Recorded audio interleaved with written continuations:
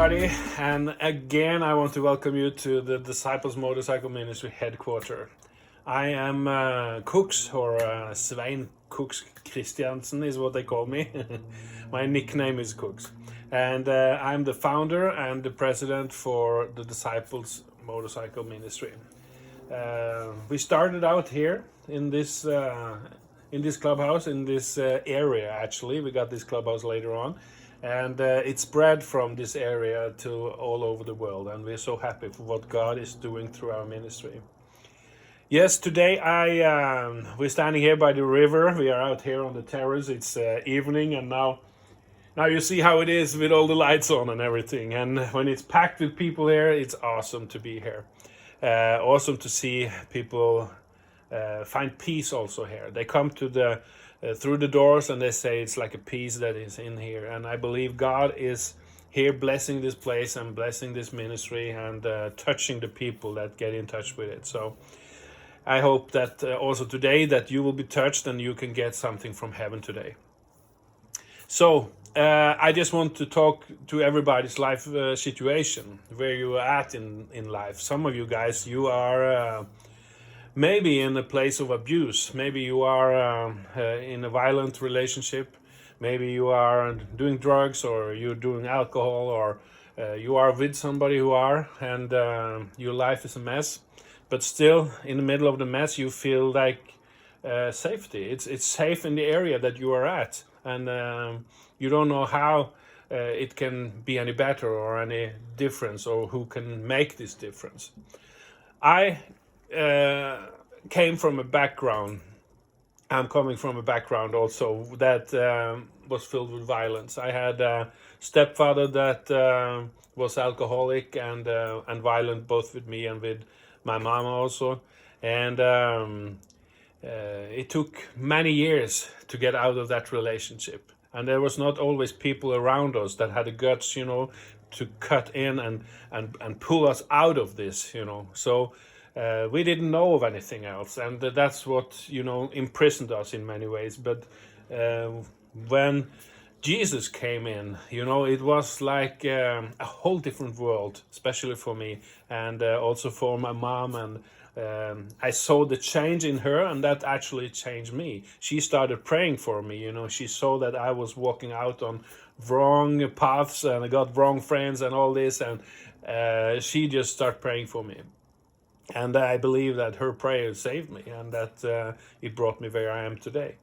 There was one situation that ended up with police coming after me, and with the crew, after the crew that I went with. And we were trying to get away for some time, and I was thinking the best place in the world would be to hide with Christians, because no police in the world would look for me there, So I remembered my mother talking about the place, and we go there, and I went there, and I was coming to this campground, and there was not a person inside anywhere. And I'm like, man, what's happening here? I also remember the story that Mama said that Jesus someday he will come back and he will bring his people home, So when you're coming to a campground, there's no people there. You are thinking, man, she was right, I felt the chill back on my back, and I'm thinking, wow, what's happening now? And right in this minute, it's just saved me from just cracking down there. I heard music on the other side of the street. So I went over this street, and there was like a big tent campaign. It was like a circus tent or something they used that they put these meetings in.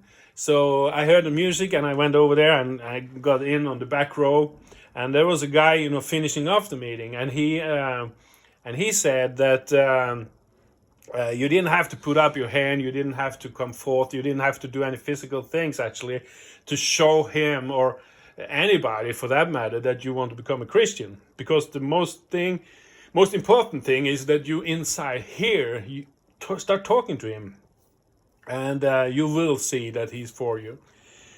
I'm thinking this is too easy, it's like, man, you don't fool me. But I was also thinking, I must be pretty stupid if he's right and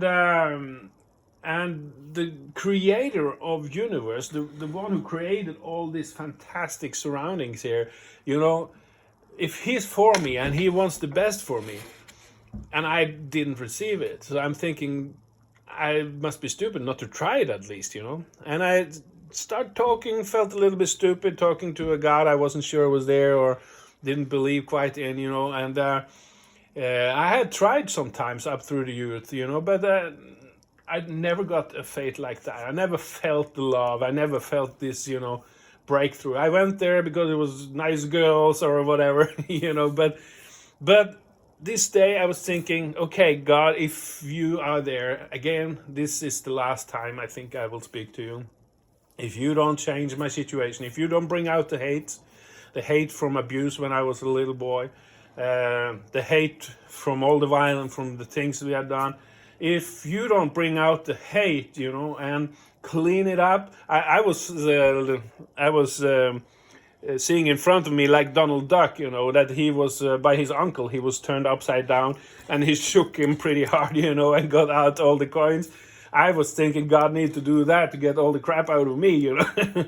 But when I'm asking him and I'm saying, okay, if you can do this, I want you to be the Lord in my life.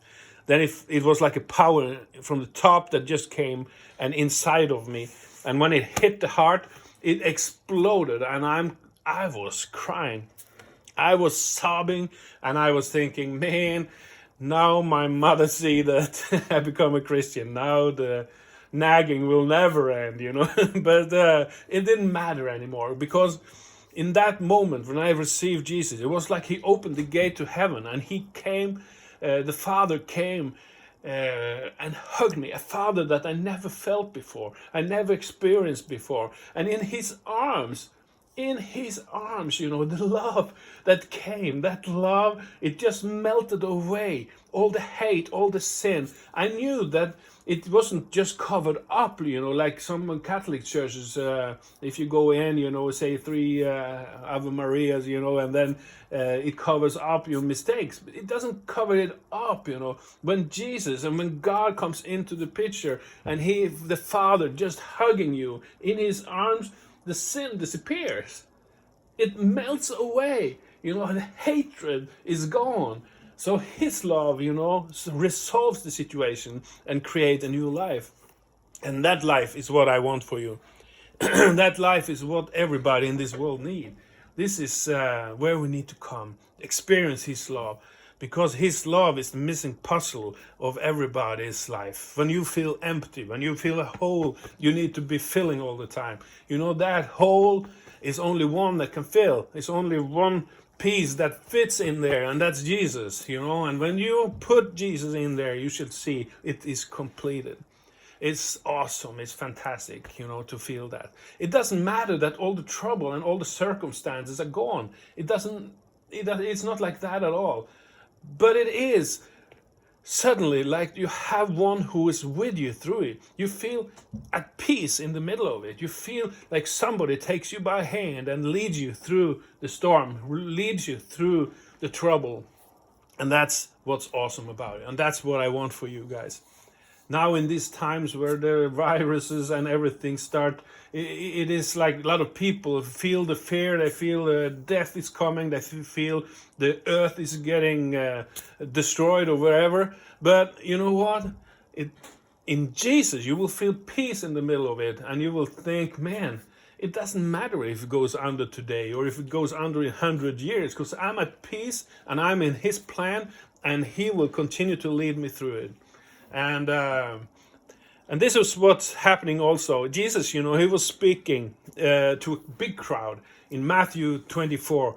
If you go there, you can read through the whole chapter because it's an awesome chapter, you know. But he's speaking to the people, and he's finishing off the meeting.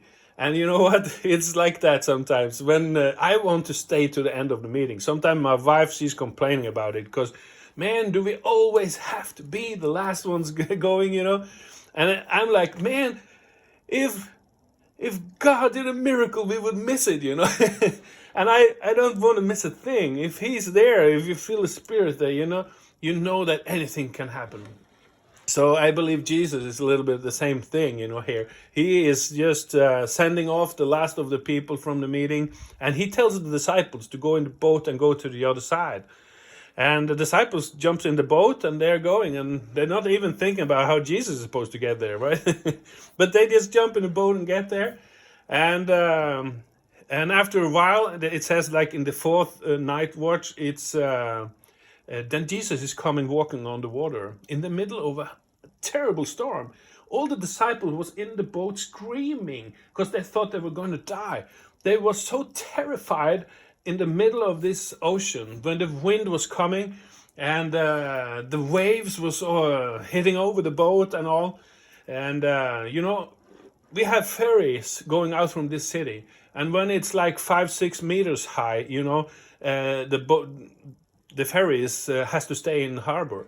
So I can imagine this day when these guys are out there, it must have been like 5-6 meters tall or something, because they really thought, now we are there, we are dying. And they was experienced fishermen, so they knew what the boat could handle and not.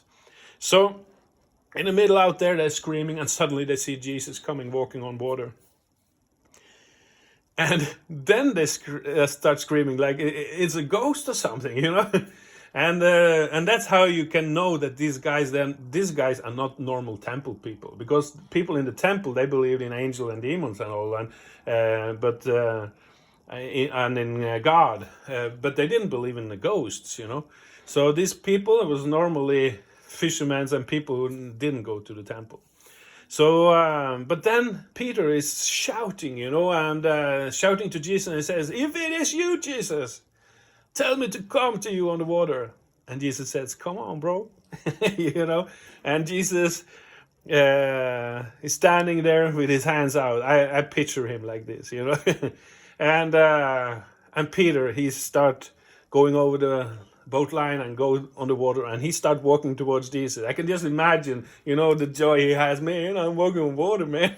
And he walks toward this big waves and the wind, but he didn't care. He just looked at Jesus, and the circumstances didn't matter. But suddenly he is aware of the circumstances, and when he is aware of them, he starts sinking immediately. Not only he aware of them, he has focus on them. He looks around it, the Bible says. So it means that he suddenly he switched focus. He had focused on something else, and it made him sink. And I think that's the trouble with you and I today also. If we had focus on Jesus all the time, it wouldn't be any problem. If you have not received Jesus as your Lord, you need to do that now, because that brings peace in your life, and it brings a meaning, and it's the missing puzzle, and you will see that your life has a perfect plan, and that he will lead you towards it. So this day, Jesus see that Peter is sinking because he's looking around, and Peter shout out, "Jesus, help me." And Jesus is right away there with his hand and pulling him up. And then a lot of people stop the story, but you know what? Peter and Jesus, they walked on water back to the boat. It could be, when, I don't know about you guys, but the boat can carry pretty far away when there's a wind, So I don't know the distance, but it says that they walked back. And as long as he had focus on Jesus, as long as he believed in him, he could walk on water. I don't know about you guys, but maybe your boat is this safety environment that you think you have. Maybe it's abuse, but you cannot break out of it. It's the only thing you know as a safe haven or whatever. You need to break out sometimes, to find out what the Lord needs you to do, what he has for you. So maybe your boat is abuse. Maybe your boat is even in church, because some people are not in right church. They're not in a church that makes you happy. You need to find something that lifts you up and really get you in front of the throne of Jesus, because that's where the change are going to happen. So I think that if you get there, when just look at Jesus, and when he say come, you go straight away. He will find a way. Maybe it will feel uncertain, but I can tell you it's the most certain thing you can do. His love for you is perfect, and he has a perfect plan for you.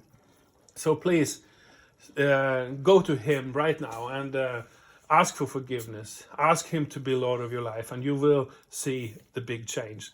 Break out of the boat. Start walking on water. The water is the unknown, maybe, for you. But the unknown of Jesus, I can tell you, it will feel like you have been home forever. He wants the best for you. And just get in line with him and let him see you as you are. Jesus is Lord, and I believe today that you can be saved, and that you can change your life right here. You can change your life from abuse, if it's alcohol, or if it is drugs, or if it is whatever that is your problem or your situation where you feel you're stuck in a boat somewhere.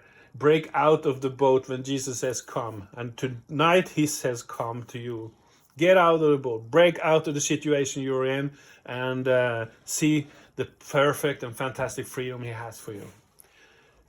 Thank you very much for listening. I just wanted also to say this here in the end, that subscribe to this channel and help us out spreading the gospel towards the world. We want a revival in this world, and I believe that spreading these videos will help out doing that. I believe the Holy Spirit is here, and it will touch everybody that watch this. And I really hope that you subscribe to the channel and spread it around. Share it if you really like it, though. You know, it's important you like it to share it, because then it will spread around even more. Okay, I think it has nothing to do with me or what I do, but it's all about Jesus. I cannot heal a fly, I cannot save a fly, I cannot do anything of these things, but Jesus can, and he can work through you too. I believe that I'm not the light in this world, but he is, and because of his living in me, I can be light too, you know. And so it's all about him, and if you throw yourself at him, you will experience that. When you put him first, your life will change, the world around you will change. Okay, so until next time, then I will actually talk a little bit about a paint job I'm doing. I will bring you to my garage, and you will check out and see that it's not just to put some paint on. You have to do a real good, big job about it. Okay, so until next time, stay blessed.